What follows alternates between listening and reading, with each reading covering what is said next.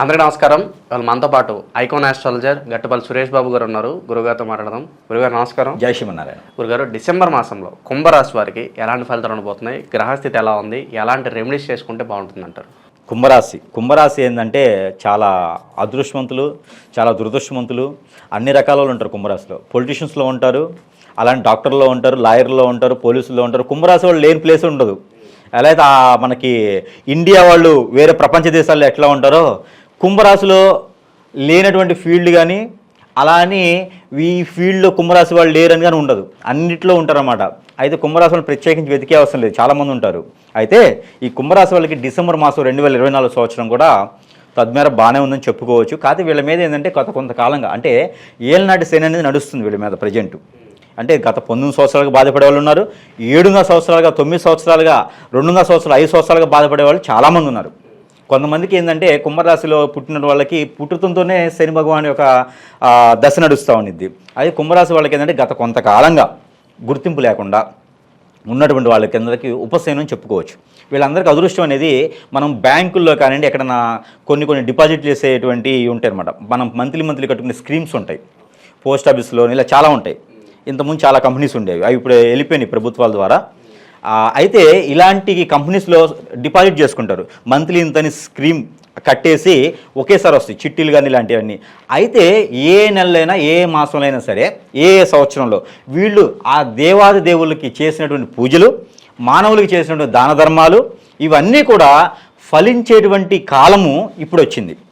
కుంభరాశి వాళ్ళకి ఈ ఫలించేటువంటి కాలం ఇప్పుడు వచ్చింది అని చెప్పుకోవచ్చు. ఎందుకంటే సొంత ఇంట్లో శని ఉన్నాడు. ఈ సొంత ఇంట్లో శని, అలానే 2వ ఇంట్లో రాహువు, 4వ ఇంట్లో గురువు, అలానే మనకి 10వ స్థానంలో బుధుడు, 12వ స్థానంలో శుక్రుడు ఉన్నాడు. 12వ స్థానంలో శుక్రుడు ఉండటం వల్ల వీళ్ళకి కొన్ని రకాలైనటువంటి లోపాలు ఉన్నాయి. అవి ఎంతవరకు అంటే డిసెంబర్ ఎండింగ్ వరకు, డిసెంబర్ 29వ తారీఖు వరకు కూడా అలాంటి లోపాలు కనిపిస్తున్నాయి. ఎలాంటి లోపాలు అంటే కలత్ర దోషం అంటారు. ఈ కలత్ర దోషం అంటే 12వ ఇంట్లో శుక్రుడు ఉండడం వల్ల కలత్ర దోషం వస్తుంది. అంటే ఈ యొక్క రాశి వాళ్ళు పెళ్ళిళ్ళకి చేసుకోవడానికి అనువైనటువంటి సమయం కాదని. శుక్రుడు ఎప్పుడైతే 12వ స్థానంలో ఉంటాడో అప్పుడు ఈ యొక్క కుంభరాశి వాళ్ళకి పెళ్లి చేయడానికి అర్హులు కాదు, పెళ్లి చేసుకోవడానికి అర్హులు కాదనమాట. అంటే పెళ్లి చేసుకున్నా కూడా వాళ్ళిద్దరి మధ్యన ఈ కంపాటబిలిటీ దోషము ఉండేసి వీళ్ళిద్దరి మధ్యన సంకేత భావం అనేది తగ్గిపోయేసి ఎక్కువగా గొడవలు అయ్యేటువంటి అవకాశం ఎక్కువగా ఉంటుంది. కాబట్టి పెళ్ళిళ్ళకి ఇప్పటివరకు ఎవరైతే పనికి రాకుండా 9 నెలల నుంచి ఉన్నారో వాళ్ళందరూ కూడా సంబంధాలు కుదిరించుకునేటువంటి అవకాశం ఈ యొక్క డిసెంబర్ మాసంలో ఉంది. ఇప్పుడు ఈ డిసెంబర్ 29వ తారీఖున శుక్ర భగవానుడు సొంత ఇంట్లోకి వెళ్తాడు కాబట్టి అప్పుడు వాళ్ళందరికీ పెళ్లి గడియలు అనేది మొదలవుతాయి కుంభరాశి వాళ్ళకి. అంటే ఇది వచ్చేసి వాళ్ళ పర్సనల్ హారోస్కోప్ కాదు, ఇది గ్రహరీత్యా ఉన్నటువంటి దోషాలు, గ్రహరీత్యా ఉన్నటువంటి ఆ శుభదృష్టి కూడా 12వ రాశి నుంచి వాళ్ళ సొంత ఇంట్లోకి శుక్రుడు వెళ్తాడు కాబట్టి 29వ తారీఖు. దాని తర్వాత వీళ్ళు పెళ్లి చేసుకోవడానికి అర్హులుగా అవుతారు.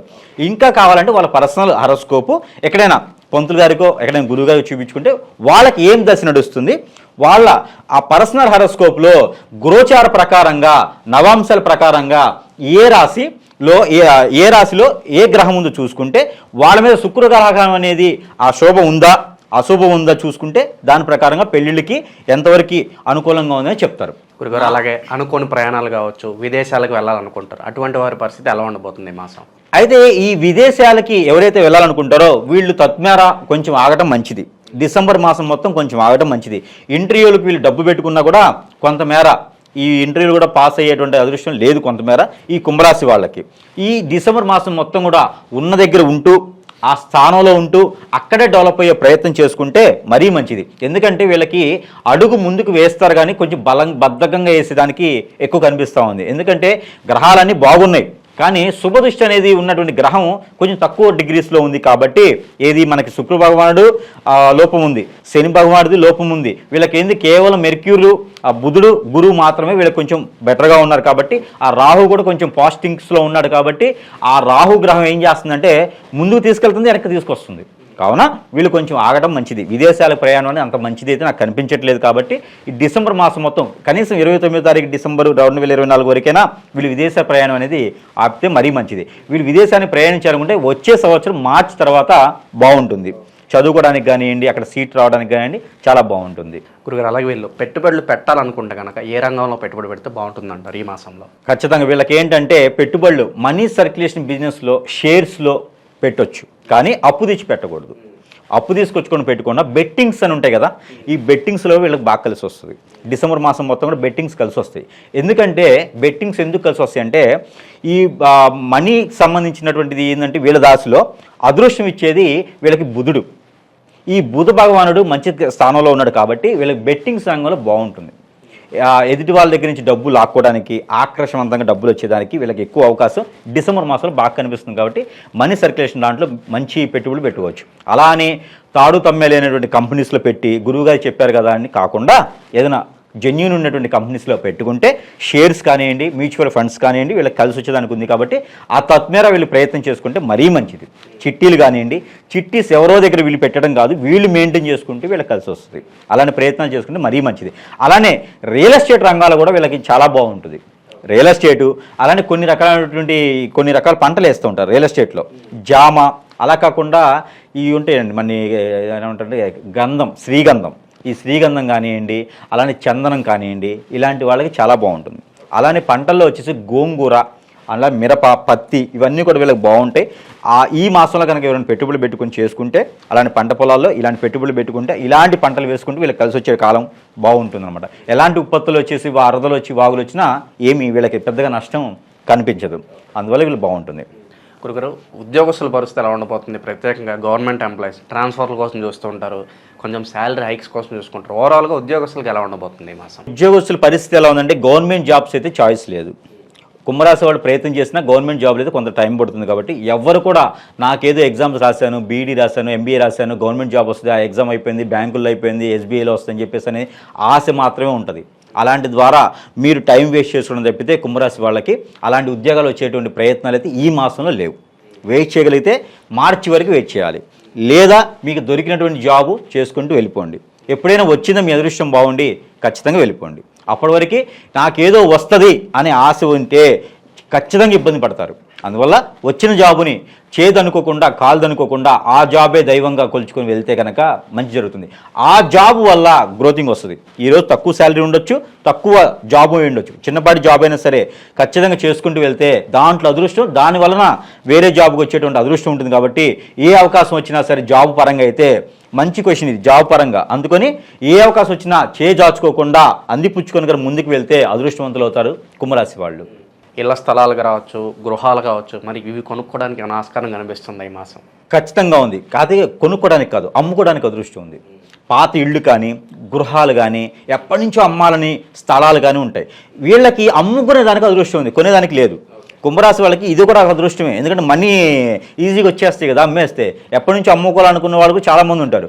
ఈ కుంభరాశిలో వాళ్ళు వాళ్ళ పేరు మీద కనుక ఏదైనా స్థలాలు కానీ, లేదా ఏదైనా హౌసెస్ కానీ, అపార్ట్మెంట్ల ఫ్లాట్స్ కానీ, లేదా ఇండివిజువల్ ఫ్లాట్స్ కానీ, పంట పొలాలు సంబంధించినవి కానీ ఏదైనా అమ్ముకోవాలనుకుంటే కనుక ఈ డిసెంబర్ మాసం వాళ్ళకి చాలా అనుకూలంగా ఉంది. కావున వాళ్ళు ఈ మేర ప్రయత్నం అమ్ముకునే దానికి మాత్రం చేయండి. కొనడానికి మాత్రం ఒకవేళ ఏదైనా అవకాశం వస్తే కూడా కొనొద్దు. డిసెంబర్ మాసంలో కొన్నది ఎక్కువ రోజులు నిలబడదు.